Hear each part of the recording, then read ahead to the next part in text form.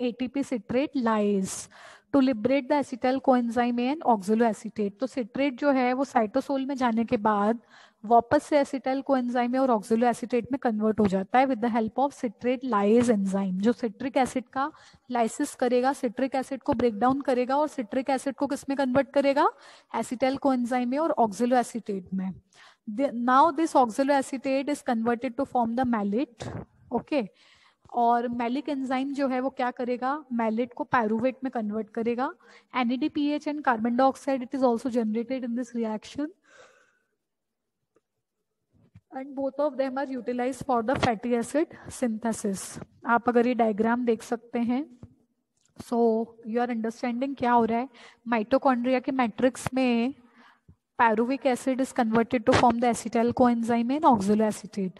Acetyl coenzyme और oxaloacetate जो है वो सिट्रेट में कन्वर्ट हो रहे हैं। सिट्रेट जो है वो इजिली माइटोकॉन्ड्रियल मेम्ब्रेन से पास हो सकता है, साइटोसोल में जाएगा। जो सिट्रेट बना है माइटोकॉन्ड्रिया में, it goes into the cytosol.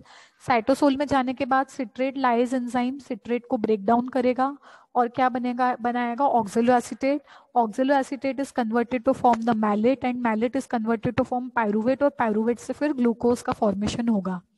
सो यहाँ पे जो एसिटाइल कोएंजाइम है वो किस तरीके से माइटोकॉन्ड्रिया से साइटोसोल में ट्रांसफर होता है वो बताया गया है। ठीक है, तो पायरुविक एसिड जो है it is formed in the this pyruvate is goes into the mitochondria, it is converted into acetyl coenzyme in the mitochondrial matrix. आपने देखा है ग्लाइकोलिसिस, ग्लूकोज से पायरुविक एसिड बनता है ग्लाइकोलिसिस में। पायरुविक एसिड जो होता है वो किस में जाएगा, माइटोकॉन्ड्रिया में जाएगा, एसिटाइल कोएंजाइम में बनाएगा। एसिटाइल कोएंजाइम में माइटोकॉन्ड्रिया मैट्रिक्स से पास, मतलब माइटोकॉन्ड्रिया की जो membrane it is not permeable for the acetyl coenzyme में। सो एसिटाइल कोएंजाइम में क्या करेगा, ऑक्सलोएसीटेट के साथ रिएक्ट करके क्या बनाएगा, सिट्रेट। सिट्रेट सिंथेज एंजाइम की प्रेजेंस में citrate is goes into the cytosol and then it is converted to form oxaloacetate and malate and then malate is converted to form pyruvate। so इस तरीके से जो acetyl coenzyme ए है वो transfer होता है माइटोकॉन्ड्रिया से साइटोसोल में। Acetyl coenzyme A it's converted to form the what, citrate. Acetyl coenzyme A is not, ये क्वेश्चन आया था, why acetyl coenzyme is not permeable. Acetyl coenzyme में परमिएबल क्यों नहीं हो, sorry, acetyl coenzyme is not permeable, so how it is passed from mitochondria to cytosol। मतलब acetyl coenzyme में जो है वो परमिएबल नहीं होता है माइटोकॉन्ड्रिया की जो मेम्ब्रेन है उस पास होने के लिए। सो वो कैसे साइटोसोल तक पहुंच पाएगा। So this acetyl coenzyme is converted to form the citrate. ठीक है, and then citrate it goes into the cytosol, citrate से फिर ऑक्सलोएसीटेट, फिर मैलेट, मैलेट से पायरुवेट एंड देन इस तरीके से साइकिल चलेगी। फिर जो एसिटाइल कोएंजाइम ए है सिट्रेट से, सिट्रेट लाइज एंजाइम क्या करेगा, सिट्रेट का लाइसिस करेगा। लाइज एंजाइम मतलब ब्रेक डाउन करने वाला enzyme. So citrate lyase enzyme क्या करेगा, it causes the break down of the citric acid. Citric acid जो है वो टूटना स्टार्ट होगा, सिट्रेट मतलब या सिट्रिक एसिड बोल लो। सो सिट्रेट लाइज एंजाइम क्या करेगा, सिट्रिक एसिड को तोड़ना स्टार्ट करेगा और सिट्रिक एसिड जो है वो एसिटाइल कोएंजाइम में और ऑक्सलोएसीटेट में कन्वर्ट होगा and then this acetyl coenzyme it is utilize in the fatty acid biosynthesis. अब इस रिएक्शन में आप देख सकते हैं कि carbon dioxide and NADPH it is also formed in this reaction. ठीक है, और ATP का हाइड्रोलिसिस हो रहा है। ठीक है, ATP energy is utilized, NADH is also utilized, NADP is converted to form the NADPH and carbon dioxide। so this reaction, अब ये जो reaction है this is very important। ठीक है, ग्लूकोज से पायरुवेट, पायरुवेट जो है वो माइटोकॉन्ड्रिया में जाएगा, एसिटाइल कोएंजाइम में बनाएगा, एसिटाइल कोएंजाइम ऑक्सलोएसीटेट के साथ कंबाइन होकर सिट्रेट बनाएगा।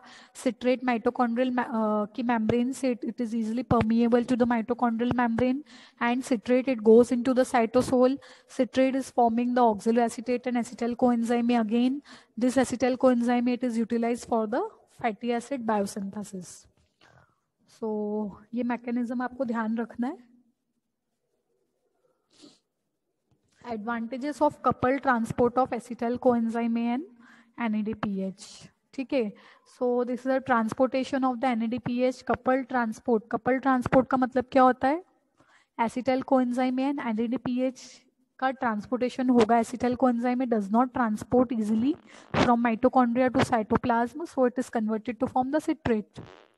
So the transport of acetyl coenzyme A from mitochondria to cytosol, it is coupled with the production of NADPH and carbon dioxide, which is highly advantageous to the cell for optimum synthesis of fatty acid. Fatty acids का synthesis करना है वो भी optimum level पे. Optimum मतलब बहुत ज़्यादा fatty acid नहीं बनना चाहिए ना बहुत कम. So for the optimum biosynthesis of fatty acid, it is very important that the acetyl coenzyme A, it is passed from mitochondria to cytosol and it is coupled with the cytoplasmic production of NADPH and carbon dioxide. मतलब cytoplasm में NADPH और carbon dioxide का भी production होगा. ठीक है, सो जो cell के लिए बहुत यूजफुल है एंड फैटी एसिड का बायोसिंथेसिस करने के लिए it is very useful. So formation of malonyl coenzyme A, acetyl coenzyme A जो है, अब हमने पहली स्टेजेस देख रहे हैं, हम फैटी एसिड का बायोसिंथेसिस देख रहे हैं, है ना, कंफ्यूज नहीं होना है. ये देखो